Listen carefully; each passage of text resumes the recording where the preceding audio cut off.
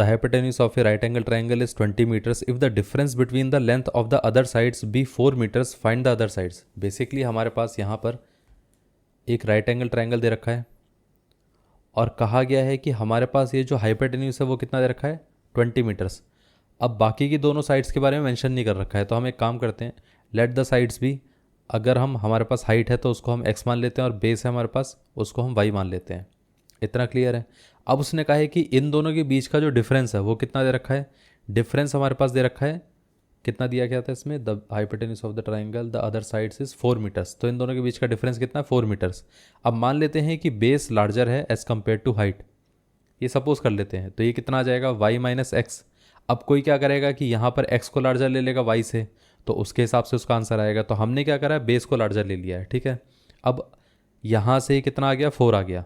अब मैं आपको दूसरा पार्ट भी दिखा दूंगा कि अगर आप x को लार्जर लोगे, मतलब हाइपोटेन्यूज को अगर हम लार्जर ले लेंगे बेस से, तो क्या आंसर आएगा। दोनों तरीके से हम कर लेंगे, ठीक है। अब देखिए ये पहला पार्ट तो हमारा हो गया, तो यहाँ से हम क्या लिख सकते हैं, y इक्वल टू कितना आ जाएगा x प्लस 4। तो ये हमारे पास फर्स्ट इक्वेशन है।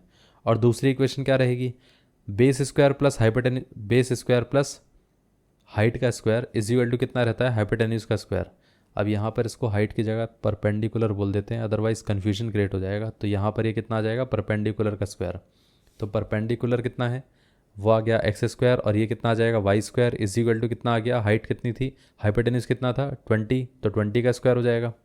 तो यहाँ से अगर हम देखें तो ये सेकंड इक्वेशन है हमारे पास। अब इस सेकंड इक्वेशन के अंदर फर्स्ट इक्वेशन से हम y की वैल्यू को रिप्लेस कर सकते हैं। तो ये कितना आ जाएगा, x प्लस 4 का whole square plus X square is equal to 400 का 220 का स्क्वायर विच इज़ 400। अब यहाँ से अगर हम इसका स्क्वायर ओपन करेंगे तो ये आ जाएगा X square plus 4 square plus 2 times of 4 into X which is 8x plus X square is equal to 400।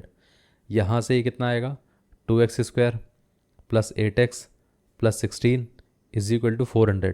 पूरी इक्वेशन को अगर हम 2 से डिवाइड कर देंगे तो कितना आएगा, x square plus 4x plus 8 और ये आ जाएगा 200। तो हमारे पास इक्वेशन क्या बनेगी, इसको अगर हम इस तरफ ले आएंगे तो ये आ जाएगा माइनस का 192 इज इक्वल टू 0। अब इस इक्वेशन को अगर हमें सॉल्व करना है तो क्या करना पड़ेगा, मिडल टर्म को स्प्लिट करना पड़ेगा। ऐसे दो नंबर्स में स्प्लिट करना पड़ेगा जिनका सम क्या होना चाहिए, +4 आना चाहिए, और साथ में जो प्रोडक्ट है वो कितना होना चाहिए, वो होना चाहिए माइनस का 192। अब इसके अगर हम फैक्टर करके देखें तो वो कितना आता है, अगर हम इसको 4 से डिवाइड करेंगे तो ये कितना आएगा 4 4 16 और यहाँ पर ये कितना आ जाएगा 4 8 32।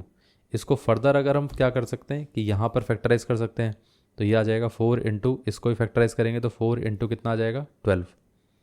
अब इन दोनों को अगर हम मल्टीप्लाई करें तो 16 और ये कितना आता है 12। इन दोनों के बीच में गैप कितना आता है, +4 का आता है। बस करना क्या पड़ेगा, क्योंकि यहाँ पर प्लस है तो लार्जर नंबर को पॉजिटिव ले लेते हैं, स्मॉलर को नेगेटिव। तो इन दोनों को जब हम मल्टीप्लाई करेंगे तो कितना आएगा, माइनस का 192। इन दोनों को जब हम ऐड करेंगे तो कितना आएगा, प्लस का 4। इतना क्लियर है। तो यहाँ से हम क्या लिख सकते हैं, ये आ जाएगा प्लस का 16x और ये कितना आ जाएगा माइनस का 12x और ये आ जाएगा माइनस का 192 और यहाँ पर ये आ जाएगा एक्स स्क्वायर।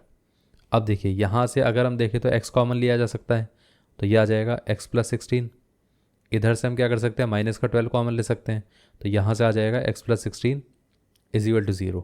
अब पूरे में से हम x प्लस 16 कॉमन ले सकते हैं और यहाँ से क्या आएगा, x आ जाएगा और इधर से क्या आएगा माइनस का 12 इज इक्वल टू 0।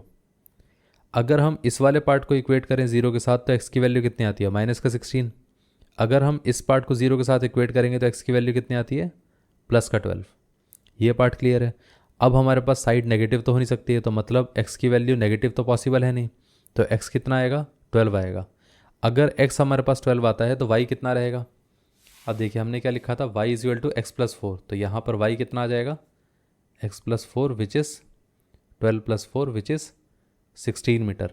तो y आ गया हमारे पास 16 मीटर और x कितना आ गया था, x था हमारे पास 12 मीटर। इतना क्लियर है। तो मतलब हमारे पास क्या आ गया, बेस आ गया हमारे पास 16 मीटर और हाइट आ गई हमारे पास 12 मीटर। ये पार्ट क्लियर हो गया।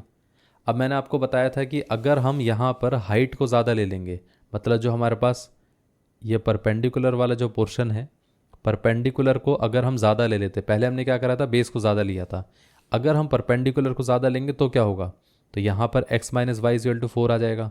सो यहाँ से हम क्या कर देंगे, x is equal to Y plus 4। So एक इक्वेशन ये बनेगी और फिर दूसरी इक्वेशन क्या है, वो तो वही रहेगी, X square plus Y square is equal to कितना था, 20 का स्क्वायर। अब यहाँ से हम क्या करेंगे, x की वैल्यू को रिप्लेस कर देंगे। जैसे ही x की वैल्यू को रिप्लेस करेंगे तो क्या आएगा, यह आ जाएगा y प्लस 4 का whole square plus Y square is equal to 20 का स्क्वायर। अब ये जो पूरी इक्वेशन है वो पूरी क्या है, जैसे हमारे पास x में सॉल्व हुई थी पूरी इक्वेशन, यहाँ पर पूरी y में सॉल्व हो जाएगी और फिर यहाँ पर y की वैल्यू कितनी आ जाएगी, 12 मीटर आ जाएगी, y 12 आ जाएगा और x 16 आ जाएगा जब हम इसको सॉल्व करने जाएंगे। तो जो लार्जर हमारे पास साइड है वो कितनी है, 16 मीटर आ गई, जो स्मॉलर साइड है वो 12 मीटर आ गई। अब वो आप पे डिपेंड करता है कि आप किसको लार्जर मान रहे हो, किसको स्मॉलर मान रहे हो। अब यहाँ पर हमने क्या कहा था कि यहाँ पर कोई स्पेसिफाई तो कर नहीं रखा है क्वेश्चन में, इसलिए हम जब यहाँ पर आंसर लिखेंगे तो ऐसा नहीं लिखेंगे कि बेस हमारे पास 16 है या हाइट हमारे पास 16 है। अगर आपने स्पेसिफाई कर दिया है कि हमारे पास यहाँ पर बेस इतना है और हाइट इतना है और बेस ग्रेटर है, ये मान लिया है, तो उस हिसाब से आप लिख दो, कोई दिक्कत नहीं है। लेकिन अगर अदरवाइज़ अगर आप आंसर लिखने जाओगे तो यहाँ पर क्या लिखोगे कि so the other sides of the given triangle